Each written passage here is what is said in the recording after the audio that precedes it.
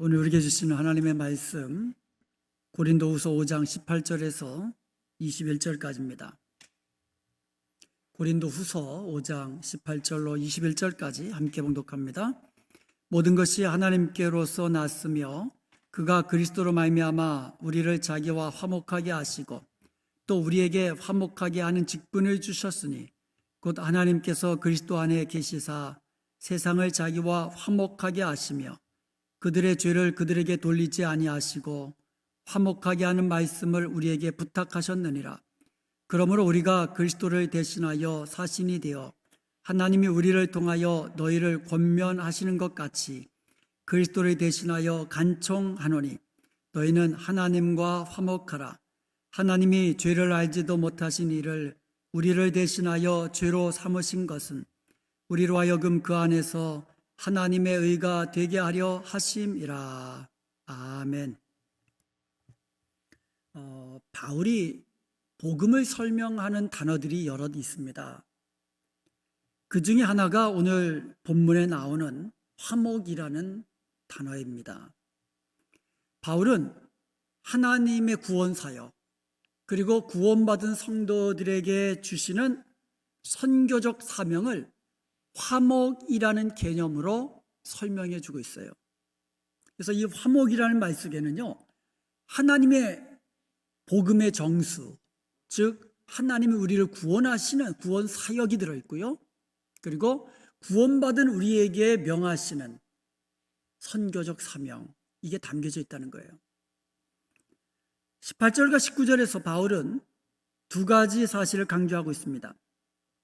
18절에서 보면은요, 하나님이 그리스도를 통하여 자기를 우리와 화목하게 하셨다. 하나님께서 화목하게 하셨다. 그리스도를 통하여. 그리고 19절에는요, 18절 하고 그 화목의 메시지를 우리에게 맡기셨다. 그러니까 먼저 화목하게 하시고 우리를 하나님과 화목하게 하시고 그 다음에 화목하게 하는 화목의 메시지를 우리에게 맡겨주셨다는 거죠. 자, 그러면 18절부터 좀 더 구체적으로 살펴보기를 원합니다. 18절 한번 보겠습니다. 모든 것이 하나님께로서 났으며 그가 그리스도로 말미암아 우리를 자기와 화목하게 하시고 또 우리에게 화목하게 하는 직분을 주셨으니 모든 것이 하나님께로부터 났다 이렇게 나와 있어요. 모든 것이. 그 전에 17절에 보면 우리가 그리스도 안에서 새로운 피조물이 되었다 그랬거든요. 우리가 새로운 피조물이 된 것, 새로운 창조물이 된 것, 새롭게 창조받은 것은 모든 것이 하나님께로부터 났다는 거죠. 창조와 구원, 이것은 하나님의 사역이에요. 우리가 하나님이 창조하신 이 모든 것을 우리가 누리고 있잖아요. 그리고 우리가 구원의 은총, 그리고 영원한 생명을 누리면서 기뻐하며 즐거워하는 것, 이것이 전부 다 하나님께서 하신 사역이라는 거죠. 삼위일체 하나님께서 우리에게 베푸신 은혜인 줄로 믿습니다. 모든 것이 다 하나님께로부터 났다는 거예요. 그 하나님은 바로 그리스도로 말미암아 우리를 자신과 화목하게 하신 분이다. 이렇게 설명하고 있는 거예요. 그러니까 18절에서 우리에게 말씀하고 있는 건 뭐냐? 하나님께서 자기를 우리와 화목하게 하셨다는 거예요. 하나님께서 하셨다는 거죠. 여기서 화목하게 하다라는 말, 헬라어로 카탈라소라고 합니다.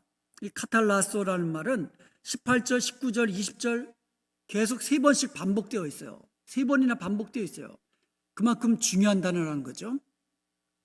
원래 의미는 체인지, 익스체인지라는 뜻이에요. 돈이나 물건을 교환하다라는 뜻이에요. 이게 관계 속에서 보면은요, 적대감을 우정으로 바꾸는 것, 이런 의미를 가지고 있어요. 서로 적대 관계인데 그 적대감을 프렌십, 우정으로 바꾸는 거예요. 이게 성경에서는요, 보통 죄인을 하나님과 화해시킨다라는 구속적인 의미로 사용되고 있어요. 그래서 영어 성경에는요, 이 단어를 reconcile, 화해시킨다라는 단어로 번역을 했습니다.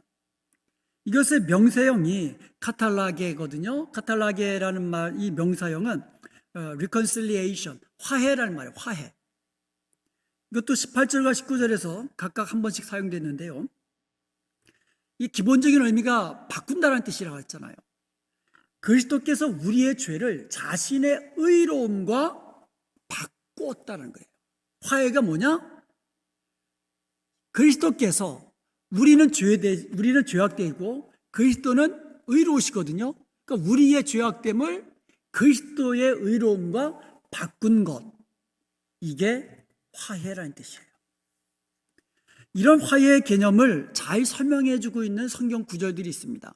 첫 번째로 로마서 5장 10절과 11절에 보면 이렇게 되어 있습니다. 우리가 원수 되었을 때에 그의 아들의 죽으심으로 말미암아 하나님과 화목하게 되었은즉, 11절에도 보면 이제 우리로 화목하게 하신 우리 주 예수 그리스도로 말미암아 하나님 안에서 또한 즐거워하느니라. 여기 화목하게 하다라는 말이 여기에 등장합니다.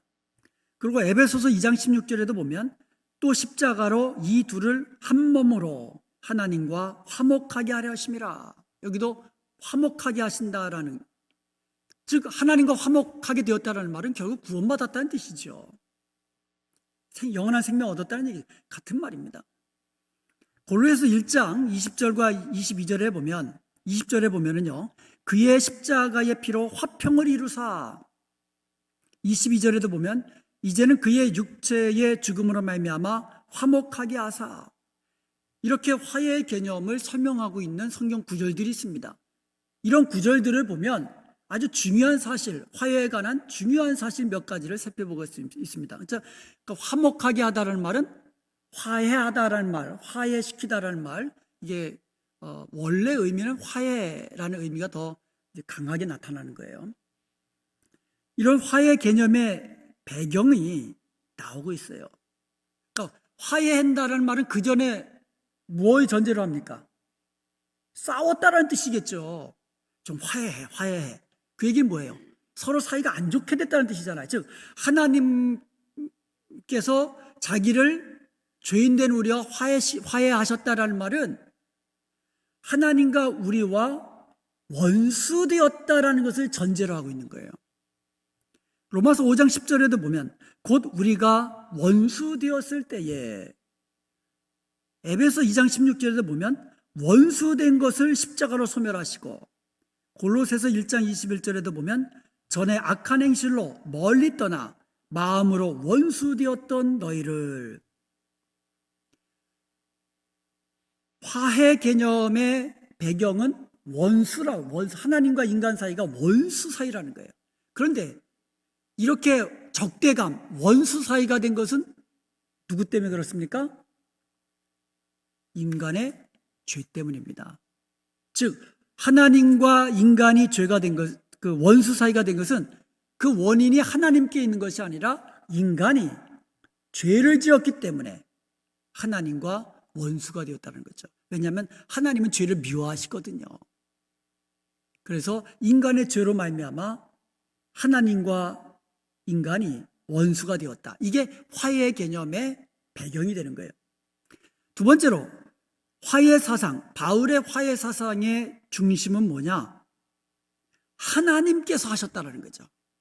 하나님께서 친히 화해의 모든 과정을 계획하시고 시작하셨고 주도해 나가셨고 이루셨다는 거죠. 하나님이 하셨다는 거죠. 우리가 하나님과 화해하기 위해서 우리가 한 것이 아니라 하나님께서 계획하시고 시작하시고 주도하시고 이루셨다. 이것이 바울이 말하는 화해 사상의 핵심이에요.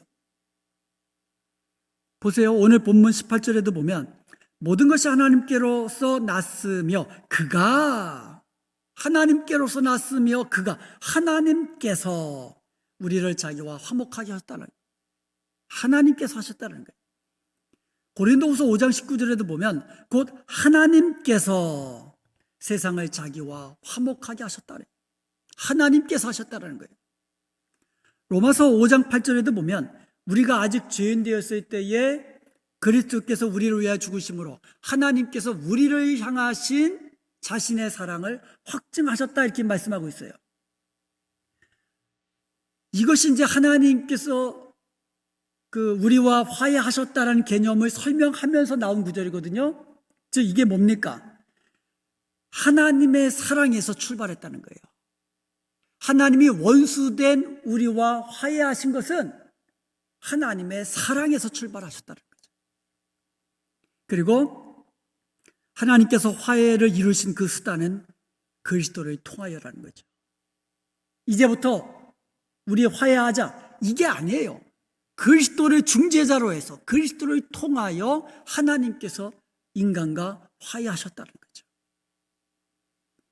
고린도후서 5장 18절에 보면 그가 하나님께서 그리스도로 말미암아 우리를 자기와 화목하게 하시고, 그러니까 하나님께서 그리스도로 말미암아 하나님과 우리가 화목하게 됐다는 뜻이에요.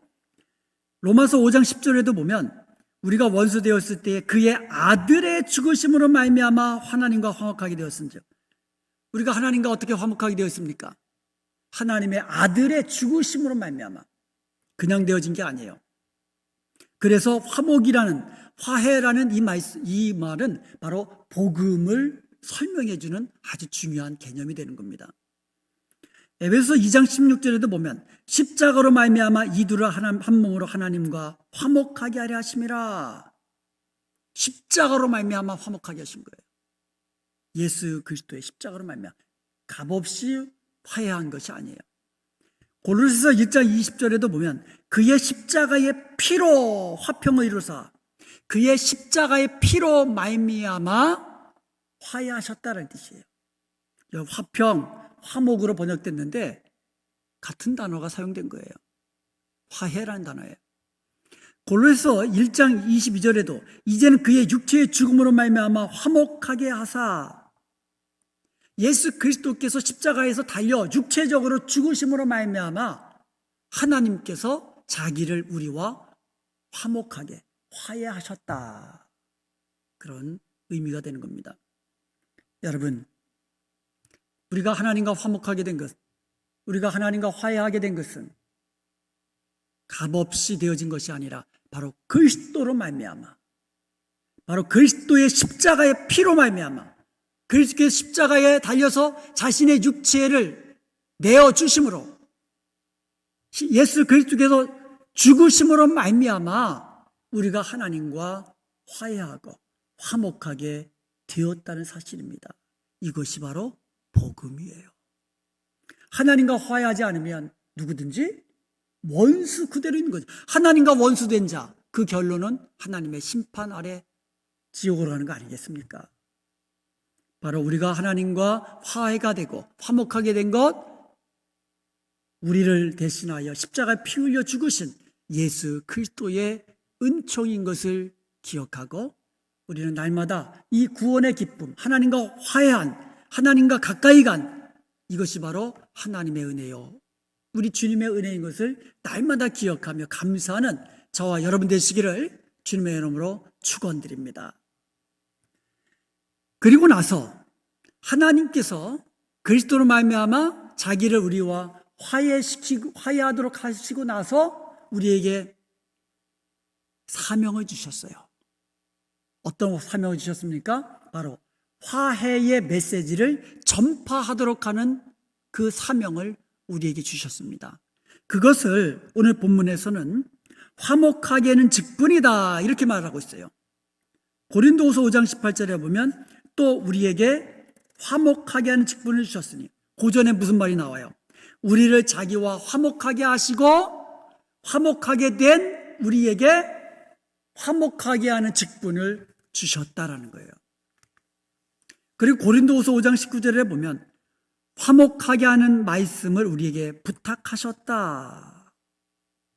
그리고 20절에 보면 그리스도의 사신이 되었다, 이런 말이 나와요. 그러니까 우리가 화목하게 하는 그런 직분을 받은 거, 화해의 메시지를 전파하도록 화해의 메시지를 받은 거, 그리스도의 사신이 되어서 하나님과 화해하라고, 하나님과 화목하라고 전파하도록 하는 것, 이것이 바로 하나님과 화목한, 하나님과 화해한 저와 여러분의 사명이라는 거예요. 사명이라는 거예요. 고린도서 1장 20절과 22절에도 보면 화해의 메시지를 선포한 다음에 23절에 나 바울은 이 복음의 일꾼이 되었다래요. 그러니까 화해 개념으로 복음을 설명했어요, 바울이. 그리고 나서 바울은 이 복음의 일꾼이 되었다. 화해의 메시지를 세상에 전파하는 일꾼이 되었노라고 그렇게 스스로 이야기하는 거예요. 여러분, 바울이 누굽니까? 바울이 누구예요? 예수 믿기 전에 다메섹 도상에서 예수님을 만나기 전에 바울은 어떤 사람이었습니까? 쉽게 말해서 바울은 그 당시 사울이죠. 사울은 하나님과 원수된 거예요. 교회와 원수된 거예요. 예수 믿는 사람들을 잡아다 죽이고 감옥에 가두고 매질하고 붙잡아 가도록 이 일에 앞장선 사람, 죄인 중에 죄수라고 스스로 고백했듯이 하나님과 원수된 바울 아닙니까? 그런 그가 지금 전하는 메시지가 뭐예요? 하나님과 화해하십시오. 이 말을 듣는 사람들은 아마 굉장한 이 바울이 전하는 그 메시지에 어떤 파워를 느꼈을 겁니다. 왜요? 바울 스스로가 하나님과 원수되었다가 사람들이 다 알거든요. 다 알아요. 하나님과 원수되었던 바울이 이렇게 변해가지고 하나님과 화해하십시오. 이 메시지를 전하는 바울의 그 모습, 그것이 바로 저와 여러분의 모습이 되어야 되는 것이에요. 하나님과 죄로 말미암아 원수되었던 저와 여러분이 그리스도로 말미암아 하나님과 화해하게 되었으니 이제는 화해의 메시지를 전파해야 된다는 것이죠. 자, 그러면 화해의 메시지에 대해서 20절에서 자세히 설명하고 있어요. 20절 한번 보겠습니다. 그러므로 우리가 그리스도를 대신하여 사신이 되어 하나님이 우리를 통하여 너희를 권면하신 것 같이 그리스도를 대신하여 간청하노니 너희는 하나님과 화목하라. 여기 보면 그리스도를 대신하여 사신이 되었다. 여러분, 사신이 누굽니까? 왕 대신에 다른 나라 왕을 만나가지고 메시지를 전하고 어떤 조약도 체결하고 왕 대신에 그런 사람이 사신 아닙니까? 그러니까 우리가 그리스도의 사신이 되어서 왕의 메시지를 세상에 전하는 사람이라는 거예요. 그리스도의 사신이라는 얘기는 그리스도의 메시지를 세상에 전하는 사람. 누구 대신? 하나님 대신에. 그리스도 대신에 세상에서 사람들에게 그 메시지, 나의 메시지를 전하는 것이 아니라 하나님의 메시지, 화해의 메시지를 전하는 사람이라는 겁니다. 즉 우리가 전해야 할 메시지가 바로 뭐예요? 너희는 하나님과 화목하라. 너희는 하나님과 화목하라. 이것이 바로 우리가 세상 가운데 전파해야 할 메시지라는 거죠. 그냥 전하면은 밑도 끝도 없이 전하면 무슨 말인지 모르죠. 우리는 죄로 말미암아 하나님과 원수되었습니다. 그런데 우리를 대신하여 그리스도께서 십자가에 피 흘려 죽으심으로 말미암아 우리의 모든 죄를 대신 지시고 다 없애주셨습니다. 그러므로 이제 예수 그리스도를 통하여 우리는 하나님과 화목할 수 있습니다. 예수님 믿으십시오. 하나님과 화목하십시오. 이게 바로 복음이고 메시지라는 거죠. 그런데 여기서 중요한 게 있습니다. 하나님과 화목하라. 화목은 화해라는 말이라고 했어요. 그러면 다른 말하면 너희는 하나님과 화해하라는 뜻이에요.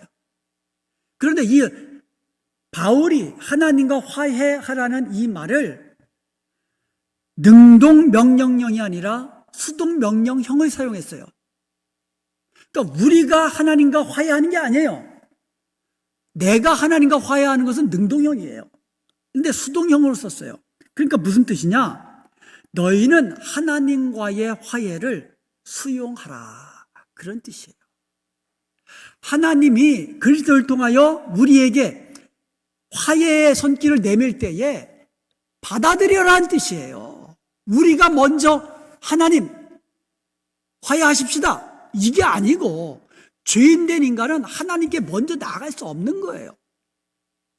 하나님이 먼저 그리스도를 통하여 우리의 죄를 사하시고 우리의 죄를 다 없이 하시고 우리에게 화해하시려고 하실 때에 그 화해를 수용해라, 받아들여라는 뜻이에요. 쉽게 말하면 복음을 받아들여라, 그거 아닙니까? 예수를 믿어라, 예수를 받아들여라, 그거예요. 결국은 하나님이 다 이뤄놓으시고 내가 손 내미는 이 화해의 손 받으라, 수용하라, 그런 뜻이에요. 원래 하나님과 원수된 그 원인이 누구에게 있습니까? 인간에게 있죠. 그럼에도 불구하고 하나님께서 모든 화해를 다 이루어 주셨어요. 그리고 나서 우리에게 요청하는 게 뭐예요? 화해를 수용하라. 너희가 떠났으니까 너희가 와라, 이거예요. 너희가 죄를 짓고 떠났으니까 이제 너희가 와라, 이거예요. 다 이뤄 놓았으니까 그냥 오기만 해라, 이거예요. 화해를 수용하라. 이게 바로 화해라는 개념을 통하여 전파하는 바울의 복음이었던 것이에요. 자, 이제 끝으로 고린도후서 5장 21절을 보겠습니다. 같이 한번 읽어볼까요? 하나님이 죄를 알지도 못하시는 이를 우리를 대신하여 죄로 삼으신 것은 우리로 하여금 그 안에서 하나님의 의가 되게 하려 하심이라. 이 21절에는요, 그리스도를 통하여 일어난 화해를, 그러니까 화해가 어떤 형식으로 이루어졌는지 그걸 설명해 주고 있어요. 그러니까 화해가 그냥 된 거 아니라 그랬잖아요. 그리스도를 통하여 된 것이라 그랬잖아요. 그러면 어떤 방식으로 화해를 하나님께서 이루셨는가? 그 방식을 우리에게 설명해 주고 있어요. 그리고 또 하나, 하나님과 화해를 통한 목적, 하나님께서 우리로 하여금 화해를 수용하라고 말씀하시는 그 목적을 우리에게 말씀해 주고 있어요. 아주 중요한 구절이죠. 자, 그럼 먼저 그리스도를 통해 일어난 화해의 구체적인 방식을 살펴보겠습니다. 하나님이 죄를 알지도 못하신 이를 우리를 대신하여 죄로 삼으셨다. 여기서 죄를 알지도 못하신 이가 누구예요? 그리스도적이죠? 예수님은 죄가 없으신 분이에요. 그러니까 예수님이 죄를 알지 못했다라는 말은 죄를 인식하지 못했다는 의미가 아니에요. 이것은 히브리어 야다처럼 경험과 관계를 통하여 안다라는 뜻이에요. 내가 너를 안다라는 말은 실제적으로 관계를 통하여, 경험을 통하여 안다는 거예요. 마찬가지로 예수님이 죄를 알지 못하셨다라는 말은 예수님은 죄와 상관이 없으신 분이라는 거예요. 죄를 짓지 않으셨다는 분이에요. 죄 없으신 분이고 또 실제로 이 세상에 사시는 동안에 죄를 짓지 않으셨다는 뜻이에요. 그러한 예수님, 죄를 알지도 못하시는 예수님, 죄와 상관없으신 예수님, 죄를 짓지도 않으신 그 예수님이 우리를 대신하여 죄가 되셨다는 거예요. 그러니까 하나님은 죄를 알지 못하는 예수님을 우리를 대신하여 죄로 삼으셨다는 얘기예요. 그 얘기는 뭡니까? 하나님의 진노는 죄에 내리는 거예요. 하나님의 진노는 죄에 내리는 거예요. 그러니까 우리의 예수님이 죄가 없으신 분인데 우리의 죄로 만드셨다는 거예요. 하나님이 예수님을 우리의 죄로 만드시고 그 예수님을, 그러니까 하나님의 진노가 예수님 위에 임하심으로 말미암아 결국은 우리의 죄를 없애야 하신 거라는 거예요. 우리를 대신하여 하나님의 진노 아래 예수님을 심판하셨다는 거죠. 그러니까 예수님이 우리 죄를 대신해서 하나님의 진노를 받으셨다는 거죠. 죽으심으로써, 십자가에 피를 흘리심으로써. 그리고 그 이유를 이렇게 설명합니다. 우리로 하여금 그 안에서 하나님의 의가 되려 하심이라. 여기서 그 안에서, 그리스도 안에서. 제가 지난 시간에 설명했죠. 그리스도 안에서라는 말, 연합 개념이라는, 연합 개념. 그리스도 안에서 하나가 되었다는 얘기예요. 아주 중요한 그 구원에 대한 핵심 진리가 그리스도 안에서라는 말이에요. 한번 보세요. 죄인된 우리가 그리스도 안에서 하나가 됐잖아요. 연합 개념이라고 했거든요. 그러니까 우리가 그리스도와 연합한 거예요. 그러면 우리는 죄인이에요. 그런데 그리스도와 하나가 되었기 때문에 그리스도께서 우리의 죄를 대신할 수 있는 거예요. 그러니까 내 죄가 그리스도 안에서 그리스도께로 옮겨진 거죠. 그게 바로 죄 없으신 예수님을 하나님께서 우리를 대신하여 죄를 삼으셨다는 그 의미잖아요. 그런데 또 반대로 생각하면 우리가 죄인된 우리가 의로우신 그리스도와 그리스도 안에서 연합했기 때문에 그리스도의 의로우심이 바로 우리에게 옮겨졌다는 거예요. 우리의 의로우심이 됐다는 거죠. 우리의 죄는 그리스도로 옮겨지고 그리스도의 의로우심은 우리에게로 옮겨졌다는 거예요. 이게 하나님의 은혜지요. 놀라운 은혜지요. 우리가 그리스도 하나 되었기 때문에 그리스도 안에서 이제는 우리가 바로 하나님의 의가 되었다는 거죠. 근데 여기서 중요한 사실, 우리가 하나님의 의가 되었다는 뜻이 뭡니까? 이 얘기는 우리가 의로운 지위를 얻었다는 뜻. 그러니까 우리가 의롭게 되었다, 우리가 구원받았다, 그런 의미가 있고, 또 하나 중요한 의미는 뭐냐면 의로우신 하나님을 닮아간다라는 그런 의미가 담겨져 있는 거예요. 하나님 자신의 의로우심을 닮아가는 거예요. 하나님은 의로우신 분이거든요. 그 하나님의 의가 우리 것이 되었다는 얘기는 우리가 점점 하나님의 의로우심을 닮아간다는 거죠. 그리스도 안에서.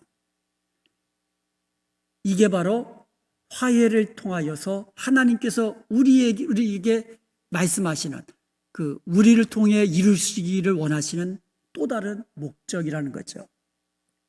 하나님은 그리스도 안에서 그리스도로 말미암아 우리를 자기와 화목하게 하셨습니다. 그런데 이것만이 목적이 아니에요. 또 다른 목적이 뭐라고요? 하나님과 화목한 우리가 거룩하신 하나님의 의로우심을 닮아가는 것. 이것은요, 세상 사람들은 할 수가 없어요. 오직 누구만 할 수 있어요? 그리스도 안에서 그리스도의 의로우심을 전가받은 사람들만이 믿음으로 그리스도와 연합해서 우리의 죄는 그리스도께로 옮겨지고 그리스도의 의로우심은 우리에게로 옮겨진 사람만이 하나님의 의로우심을 닮아 거룩함에 이를 수 있다는 거죠. 이제 말씀을 마치도록 하겠습니다. 화해의 개념은 바울이 복음을 설명하는 개념 중에 하나라고 말씀을 드렸습니다. 20절에 하나님과 화목하라. 너희는 하나님과 화목하라. 이 말은 너희는 하나님과의 화해를 수용하라 라고 했습니다. 예수님께서 십자가에서 피 흘려 죽으심으로 말미암아 다 이루어 놓으신 화해를 이루신 그것을 우리는 받아들이기만 하면 되는 거예요. 이제 저와 여러분은 예수님을 믿음으로써 하나님과 화목하게 된, 하나님과 화해하게 된 자인 것을 믿으시기 바랍니다. 여기서 끝나서는 안 되죠. 하나님은 하나님과 화목된 우리들에게 명령하시는 것이 있어요. 그게 바로 우리의 사명이라고 그랬습니다. 그 사명은 뭡니까? 화목하게 하는, 화해하게 하는 직분, 사람들에게 하나님과 화목하도록 만드는, 그러기 위해서 화해의 메시지를 전파하는 이 사명을 저와 여러분이 감당해야 될 줄로 믿습니다. 그리고 또 하나, 바로 하나님의 의로우심을 닮아가는 거예요. 그래서 세상 가운데 하나님의 의로우심을 드러내는 거죠. 여러분, 우리가 하나님의 의로우심을 닮아서 세상 가운데 하나님의 의로우심을 드러내는 것은요, 이것은요, 말로 전하는 메시지보다 훨씬 더 파워풀한 겁니다. 이게 바로 선교적 삶을 사는 증인의 삶이 바로 이런 것이에요. 세상 가운데 예수 그리스도의 복음을, 분명한 메시지를 전하고 싶습니까? 그럼 우리의 입술로 전해야 되지만 그와 동시에 우리의 삶으로서 하나님의 거룩하심을 닮아가는 저와 여러분이 되어서 우리가 전하는 이 메시지, 하나님과 화해하라라는 이 메시지가 말로만이 아니라 우리의 삶을 통하여 그대로 보여주는 저와 여러분 될 수 있기를 주님의 이름으로 축원드립니다.